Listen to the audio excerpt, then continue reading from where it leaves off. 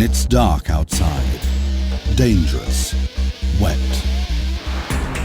Then he is in his element. Timo Glock, Rain Man. A rain specialist, they say, is just something you are or you're not. He has this talent, this feeling for the extreme. He's had it ever since he was caught by a fascination for speed, as a boy. The first time when I jumped in a go-kart and I drove, it was in wet conditions, and I drove until the fuel tank was empty, and just had so much fun to drive in rain in the wet conditions, to slide around, to go to the limit, because it's quite tricky under these conditions. And in all the races what I did so far in Formula 3, I won all the wet races, and it's just good fun. Having fun when others might prefer to be indoors, Timo Glock, no fear and blazing fast. No matter if it was in karting, Formula 3 or GP2, he was among the favourites in any weather. But when it rained, he was the star.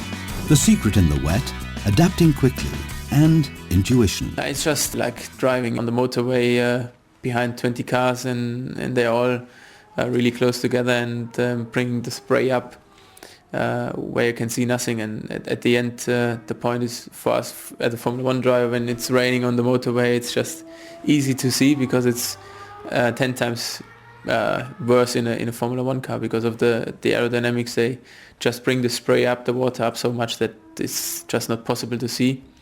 And in the race you do maybe 5 to 6 laps nearly blind, and like 2-3 seconds slower than normal, and you just have to feel to recognize the track where you are, and it's quite difficult.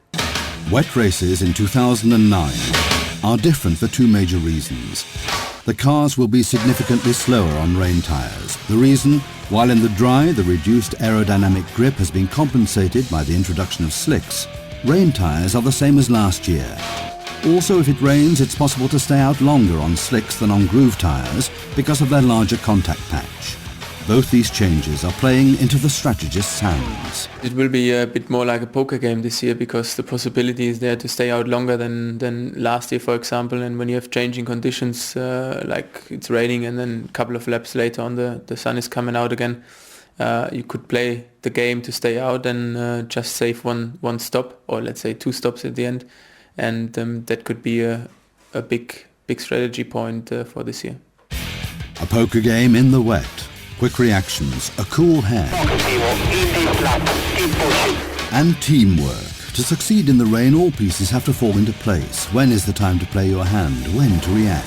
Strategy in wet races is a team effort in which the driver is vital. The driver is the only guy who can challenge the track to see if it's still possible to stay out on slick tires or not. And in these conditions, the driver makes the difference and gives the call when we have to do the pit stop. But when you have normal strategy calls from the pit stops, I think it's more done from the pits, from the engineers, because they have all the information, they have all the data, they have all the gaps between the drivers, so they can decide when it's clever to do the pit stop. Come rain or shine, he has the feeling for the right decision, the best conditions, and the perfect moment. To excel in the wet, they say, is something you can't learn. But Timo Glock doesn't need to.